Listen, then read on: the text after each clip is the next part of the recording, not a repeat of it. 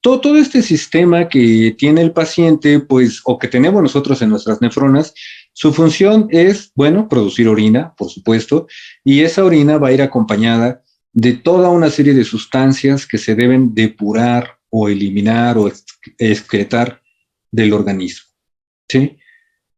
De tal manera entonces que yo, para saber si mi riñón está funcionando o no, puedo medir algunas cuestiones, ¿no?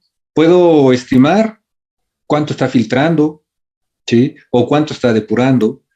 Puedo ver o analizar el producto de todo este proceso de filtración, reabsorción, excreción, ¿sí? Secreciones. Todo eso lo puedo analizar revisando la orina, que vamos, ese es un tema aparte, y de ahí yo puedo darme una idea de si mi riñón está funcionando bien o no, ¿sí? Y ya el por qué no esté funcionando bien, eso ya es algo que es un ejercicio que debemos ir aprendiendo conforme vamos practicando la medicina, ¿de acuerdo? Entonces, como ven ustedes aquí, a lo largo de todo el riñón, o de toda la nefrona, se van intercalando capilares, ¿sí? Que van permitiendo que se reabsorban, o sea, que regrese a la circulación ciertas sustancias, o que se continúen excretando otras, ¿de acuerdo? Hasta que llegan finalmente a la vena renal y ya pasa el plasma depurado o limpiado, ¿sí? La arteria renal, pues, tiene dos componentes, una arteria aferente, que es la que llega, y una arteria eferente, que es la que sale, ¿sí? Estas dos arterias, cuando veamos hipertensión arterial, van a ver que juegan un papel fundamental en la regulación del flujo sanguíneo glomerular y mm, las tasas de filtración glomerular y de la producción de orina por parte del riñón. ¿De acuerdo? Entonces, decíamos que los riñones, entonces, van a filtrar, ¿sí? Filtran el plasma, van a reabsorber, o sea, van a regresar a la circulación ciertas sustancias, puede ser el hidrógeno, puede ser el bicarbonato, puede ser el sodio, puede ser el agua. Prácticamente el 90% de todo lo que se filtró se va a regresar. Pero hay sustancias que se filtran y ya no regresan, como por ejemplo la creatinina, ¿sí? ¿Y qué es la creatinina, Arturo? Es un producto de desecho del músculo. Es un producto del metabolismo muscular, ¿de acuerdo? Y que nosotros podemos medir fácilmente en la sangre, ¿sí? Y, a ver, Javier, ¿cuánto lo normal de creatinina cerca?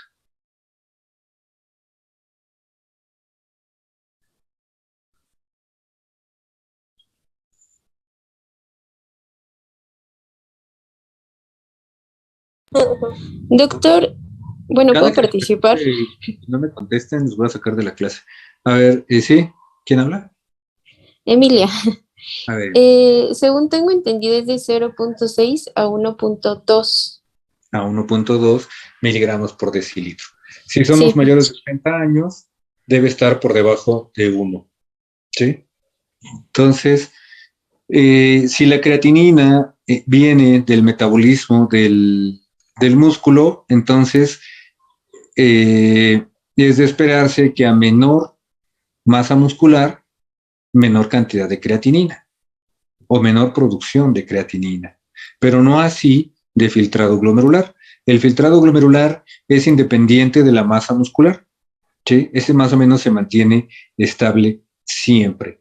Y en este sentido, a ver, a ver, Julio, ¿andas o no aquí?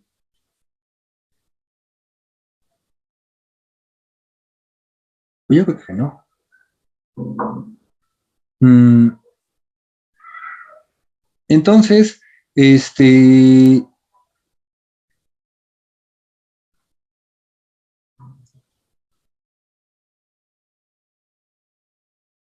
a ver, Nadia, ¿cuánto es la, la filtración normal.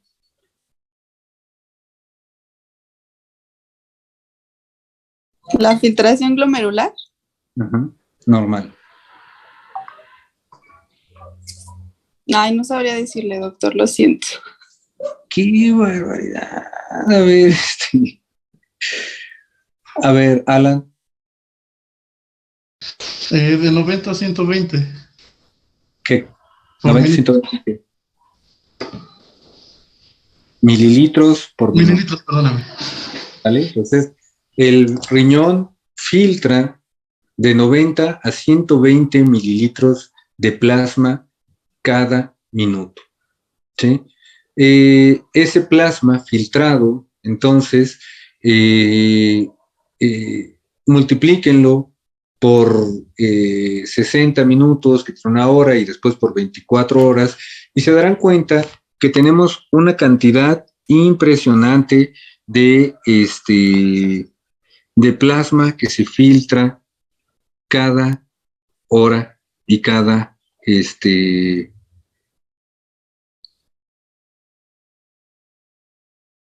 día, ¿sí?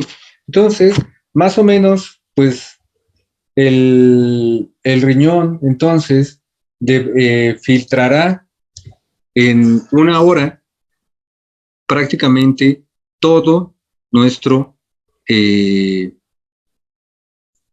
todo nuestro volumen plasmático o el doble del volumen plasmático, ¿no? Porque más o menos el 40% de la sangre es plasma.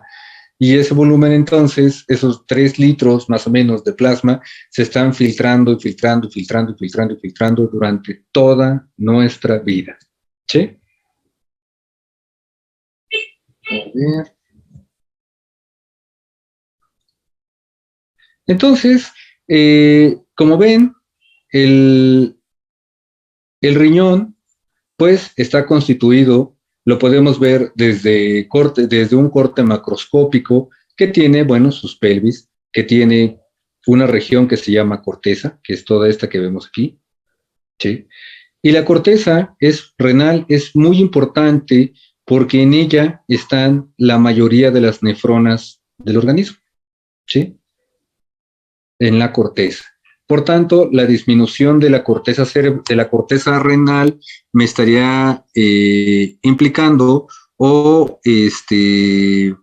mostrando que existe una caída en el número de nefronas que hay. Cuando veamos también envejecimiento del riñón, vamos a ver que a partir de los 30 años nuestras nefronas van disminuyendo. ¿Cuántas nefronas tenemos en cada riñón? 1 millón. 1 millón, ¿de acuerdo? Entonces, ese milloncito vamos perdiendo el 1% cada año después de los 30 años, jóvenes. Entonces, a los 80 años ya perdimos la mitad de las nefronas en promedio, ¿sí? Las otras se quedan, pues ya son más grandes. Eso lo vamos a ver después, ¿sí? Y bueno, aquí estamos viendo la unidad funcional del riñón, que es una nefrona, y vean cómo en esta parte de aquí arriba es precisamente lo que constituye primordialmente la corteza, son los glomérulos, y parte de los túbulos van a dar aquí, a las pelvis, ¿sí? O a la médula. Todo esto es la médula renal. La pelvis, y aquí ya, donde confluyen todos los túbulos colectores, y finalmente se forma la orina, ¿sí? Entonces, nuestros riñones pues están más o menos aquí, miren, más a la altura de T12, ¿sí? Son órganos retroperitoneales y son órganos que el riñón derecho está un poquito más abajo por el hígado, pero en general los dos miden lo mismo. De T12 a L3 están localizados nuestros riñoncitos. Y esto es, esquemáticamente hablando, pues, donde podemos ver con más precisión la cantidad de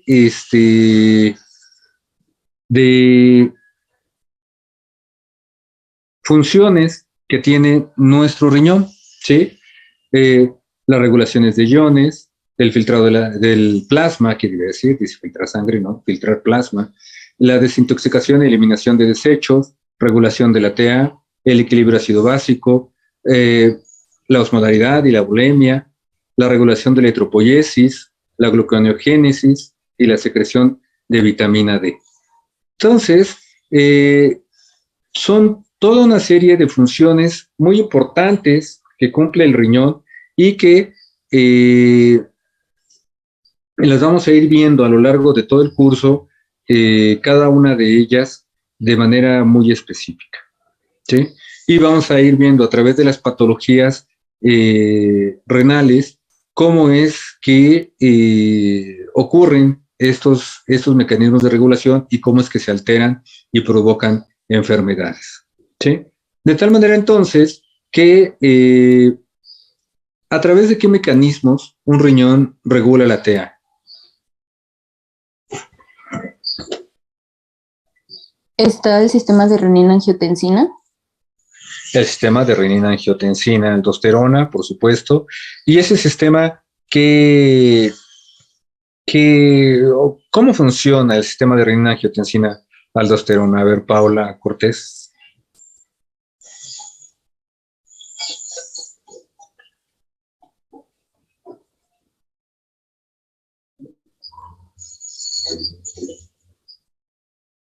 ¿Puedo participar, doctor?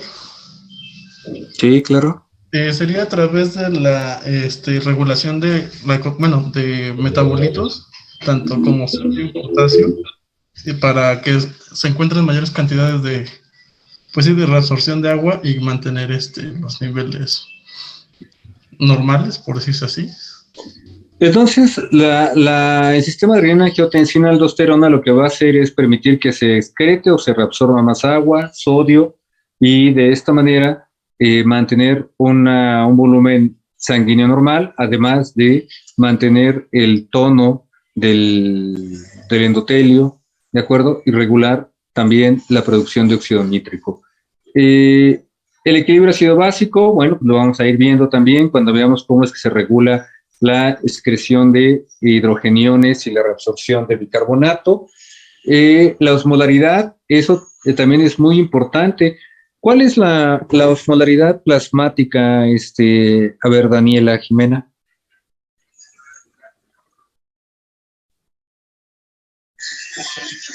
Doctor, ¿cuál es el valor? Sí. ¿O qué es?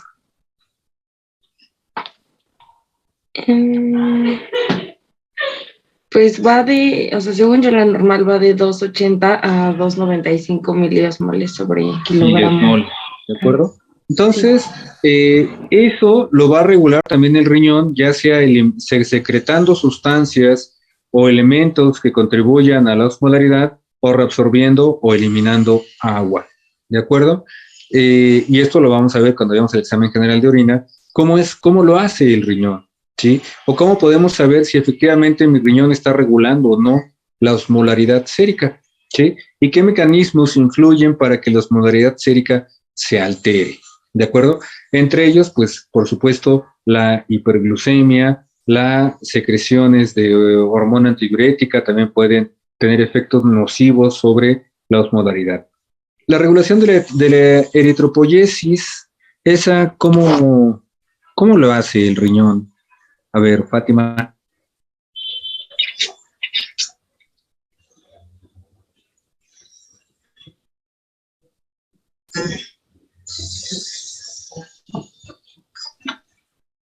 ¿Puedo participar, doctor? Sí. Bueno, es que lo hace mediante la eritropoyetina. La eritropoyetina, ¿de acuerdo? Entonces, también vean cómo el riñón tiene esta importantísima función, ¿sí? Por eso, cuando veamos insuficiencia renal crónica, vamos a ver que una característica del paciente nefrópata es que cursa con anemias, ¿sí? Y cuando vean anemias, van a ver que hay muchos tipos de anemias, de acuerdo al tamaño del eritrocito y a la concentración de hemoglobina en ellos, ¿sí? La anemia normal o la anemia esperada en un paciente con insuficiencia renal es una anemia normocítica normocrómica, ¿sí? Esa es la esperada y es la que debemos intentar que no ocurra. ¿Por qué?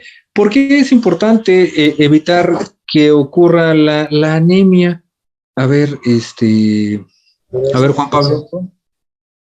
A ver, Juan Pablo, ¿tú por qué sería importante evitar que no tenga anemia un paciente? Para que logren llegar todo el oxígeno al cuerpo, es el medio de transporte, podría ser. Que no llega, ¿cómo se llama eso?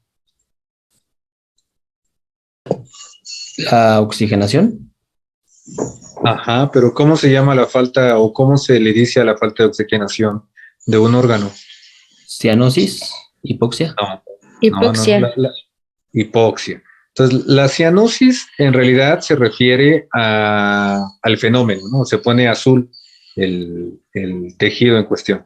La hipoxia se refiere a la disminución de la concentración de oxígeno o de la presión de oxígeno. En realidad, lo que ocurre es isquemia, ¿sí? La isquemia es el sufrimiento que tiene un órgano por la disminución en el aporte de oxígeno o por recibir una cantidad insuficiente de oxígeno para mantener sus funciones, ¿sí? Entonces, un corazón isquémico, pues, recibe cantidades insuficientes de oxígeno y entonces empieza a sufrir. Pero la isquemia ocurre también en el intestino, ocurre en el cerebro, ocurre en cualquier órgano que tenga perfusión, ¿sí? O sea, prácticamente en todos, ¿de acuerdo? Salvo las uñas, yo creo que no tienen perfusión sanguínea, pues todo lo demás sí. Y el cabello tampoco, ¿verdad? Bueno, y la secreción de vitamina D, esa, ¿cómo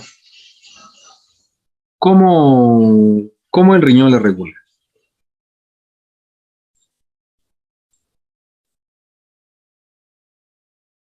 ¿Es a través de la 1-alfa hidroxilasa?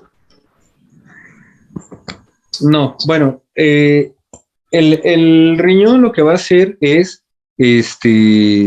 hidrolizar parte de la vitamina D para formar un metabolito activo, ¿sí? Y ese metabolito, vamos a verlo después, es esencial para la absorción adecuada del calcio, ¿sí? Y consecuentemente para mantener un hueso saludable. Bueno, aquí lo que comentábamos, el valor normal de creatinina esperado para un adulto promedio. El BUN, o sea, o nitrógeno ureico en sangre, es de 15 a 20 miligramos por decilitro y existe de manera habitual una relación entre el BUN y la creatinina. Si yo tengo 1 de creatinina, debo tener 20 de BUN. Si yo tengo 2 de creatinina, debo tener 40 de BUN. Si tengo 3, debo tener 60 y así. ¿De acuerdo? Más o menos es de 15 a 20 a 1. ¿Sí? Esta relación es muy importante cuando veamos insuficiencia renal aguda. Vamos a ver por qué es importante esta relación. Y bueno, los volúmenes urinarios que más o menos producimos entre 0.5 a 1.3 mililitros por kilo por hora de orina, ¿sí? O sea, esto nos daría más o menos entre 800 a 2000 mililitros de sangre, de orina al día, ¿sí? Si ustedes toman demasiada agua, pues producirán mucha mayor orina, sin que eso necesariamente sea bueno, ¿sí? Bueno, vamos a dejarlo aquí, jóvenes. A ver, ¿dudas? ¿Comentarios? Doctor.